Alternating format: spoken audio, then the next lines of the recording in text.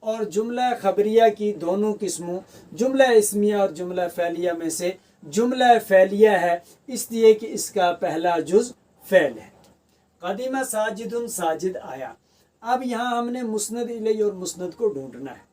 تو قدیمہ ساجد ساجد آیا، ساجد پر آنے کا حکم لگ رہا ہے، ساجد کی طرف آنے کی نسبت کی جا رہی ہے، تو یہ قدیمہ بن جائے گا مسندن، جو نسبت کی گئی ہے۔ اور کس کی طرف نسبت کی گئی آنے کی؟ ساجد کی طرف، تو یہ ساجد بنے گا مسندن الیہ۔ اس کے بعد ایک جملہ آتا ہے زاہد نامہ۔ نامہ زاہد نام ہے، نامہ کا مطلب سویا ہے، زاہد سویا ہے، زاہد سویا ہے۔ زاہد نامہ لفظ ہے، اس لیے کہ انسان کے منہ سے نکلی ہوئی بات ہے۔ لفظ کی دونوں قسموں موضوع اور محمل میں سے موضوع ہے، اس لیے کہ معنی دار ہے۔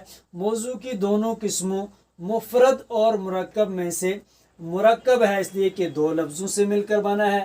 اور مرکب کی دونوں قسموں مرکب مفید اور مرکب غیر مفید میں سے مرکب مفید ہے، اس لیے کہ جب کہنے والا بات کہہ کر خاموش ہو رہا ہے تو سننے والے کو کوئی خبر یا طلب معلوم ہو رہی ہے۔ اور جملہ مرکب مفید جس کا دوسرا نام جملہ بھی ہے، تو جملہ کی دونوں قسموں جملہ خبریہ اور جملہ انشائیہ میں سے جملہ خبریہ ہے، اس لیے کہ اس کے کہنے والے کو سچا یا جھوٹا کہا جا سکتا ہے۔ اور جملہ خبریہ کی دونوں قسموں جملہ اسمیہ اور فعلیہ میں سے جملہ اسمیہ ہے، اس لیے کہ اس کا پہلا جز اسم ہے۔ اب ہم نے اس کے اندر مسند الیہ اور مسند کو ڈھونڈنا ہے۔ زاہد نامہ، زاہد سویا، تو زاہد پر حکم لگ رہا ہے سونے کا، جس پر حکم لگ رہا ہے وہ بنے گا مسند الیہ۔ اور کس چیز کا حکم لگا رہے ہیں ہم؟ سونے کا، تو یہ سونا بنے گا مسند۔ زاہد مسند الیہ، نامہ مسند۔ اس کے بعد ہمارے پاس ایک اور جملہ آتا ہے فرح،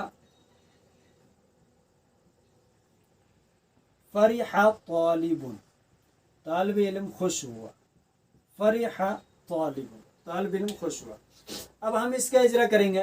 فرح طالب لفظ ہے، اس لیے کہ انسان کے منہ سے نکلی ہوئی بات ہے، اور لفظ کی دونوں قسموں موضوع اور محمل میں سے موضوع ہے، اس لیے کہ معنی دار ہے۔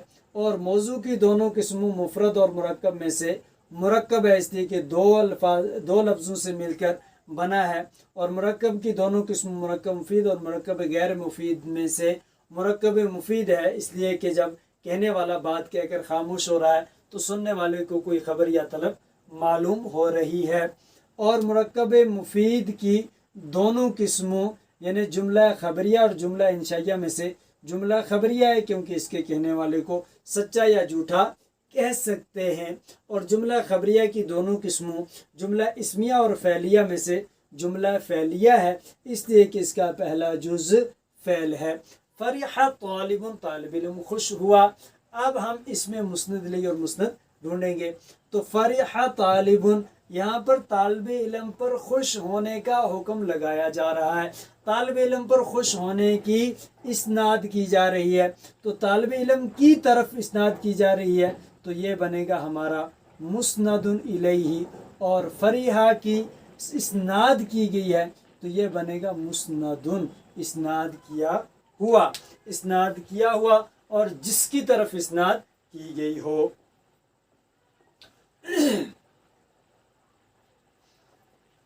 آج کے سبق میں تھوڑا سا آپ پھر دیکھ لیں کہ مسند الیہ اور مسند کے متعلق ہم آج آپ کو کلیئر کر رہے ہیں۔ کوئی بھی جملہ ہو، وہ جملہ اسمیہ ہو یا جملہ فعلیہ ہو، جب تک اس کے اندر مسند الیہ اور مسند نہیں ہوگا تب تک وہ جملہ نہیں بن سکتا۔ جملے کے دو ضروری اجزاء ہیں، ایک مسند الیہ اور دوسرا مسند۔ مسند الیہ کسے کہتے ہیں؟ جس کی طرف کسی چیز کی اسناد کی گئی ہو، جس کی طرف کسی چیز کا حکم کیا گیا ہو۔ اب ہمارے پاس جو اسم ہے، اسم پر حکم لگایا جا سکتا ہے اور اسم کا حکم بھی لگایا جا سکتا ہے، تو اسم مسند الیہ اور مسند دونوں ہو سکتا ہے۔ جیسے پہلی مثال میں فعل پر یعنی کام پر کسی چیز کا حکم نہیں لگایا جاتا، بلکہ کام کا حکم دوسرے پر لگایا جا سکتا ہے، تو اس لیے فعل خالی مسند ہوتا ہے۔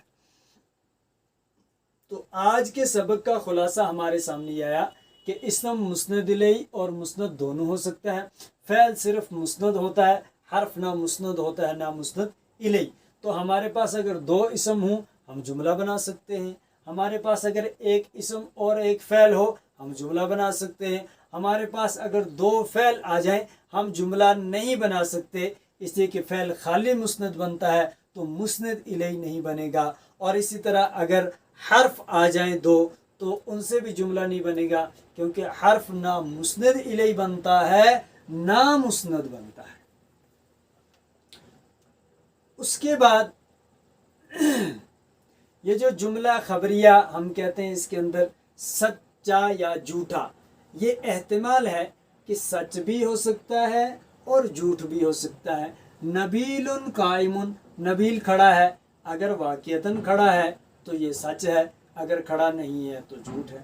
قدیمہ ساجد، ساجد آیا، اگر یہ واقعتاً سچ ہے تو سچ کہہ سکتے ہیں، اگر نہیں ہے تو جھوٹا ہے۔ زاہد نام، زاہد سویا ہے، اگر واقعتاً زاہد سویا ہے تو سچ ہے، اگر نہیں سویا ہے تو جھوٹ ہے۔ فرح طالب، طالب علم خوش ہوا، اگر واقعتاً طالب علم خوش ہوا ہے تو یہ جملہ سچا ہے، اگر طالب علم خوش نہیں ہوا تو یہ جملہ جھوٹا ہے۔ اب یہاں تک تو ہم آگے مسند الیہ اور مسند، اور اب ہم جملے تک بھی پہنچ چکے ہیں۔ اب ہم انشاءاللہ دوسرے سبق سے جملہ اسمیہ کو شروع کریں گے۔